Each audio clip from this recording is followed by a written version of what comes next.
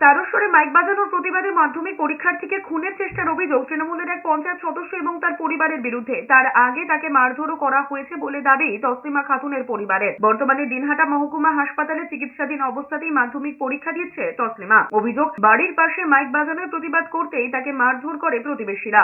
এদিকে স্থানীয় পঞ্চায়েতের তৃণমূল সদস্য পিঙ্কু খন্দকার এবং তার পরিবারের লোকেরা মেরে ফেলার উদ্দেশ্যে তাকে তাড়া করে। কোনো ক্রমে বাড়ি থেকে পালিয়ে সে প্রাণে বাঁচে মাধ্যমিক পরীক্ষার্থী তসলিমা। খুনের চেষ্টা এবং মারধরের অভিযোগ দায়ের করা হয়েছে। আমার মাধ্যমিক পরীক্ষা চলছে, ওরা আমার পরীক্ষা খারাপ করার জন্য ড্যাক নিয়ে এসে বাজায় প্রতিদিন রাত।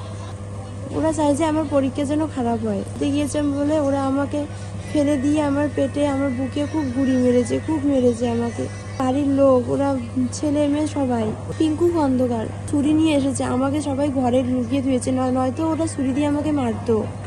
তৃণমূলের। অন্যদিকে প্রশাসনিক বিধিনিষেধকে উপেক্ষা করে দক্ষিণ বারাসাতে পার্টি অফিস উদ্বোধনে উচ্চস্বরে মাইক বাজানোয় বিতর্কের সৃষ্টি করেছেন জয়নগরের তৃণমূল বিধায়ক বিশ্বনাথ দাস।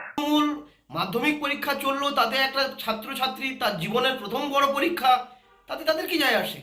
ওরা কোথা থেকে কাটমানি তুলবে, কোথা থেকে তোলা তুলবে, কিভাবে চুরি করবে, এই তো ওদের ভাবনা চিন্তা যাদের মাথায় থাকে।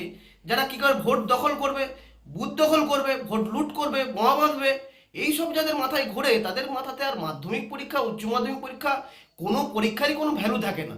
কিন্তু দুর্ভাগ্যের হলো এটা আরও তার থেকে বড়, যে শাসক দলের এমএলএর উপস্থিতিতে তারস্বরে মাইক বাজছে এবং শাসক দলের পার্টি অফিস উদ্বোধন হচ্ছে।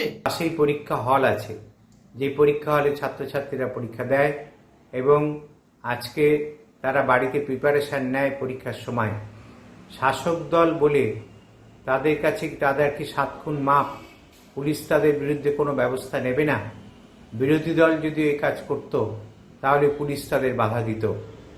বিধায়ক নিজে শিক্ষক হয়ে এই কাজটা কি করে করতে পারলেন তা কিন্তু আমাদের বিস্মিত করেছে।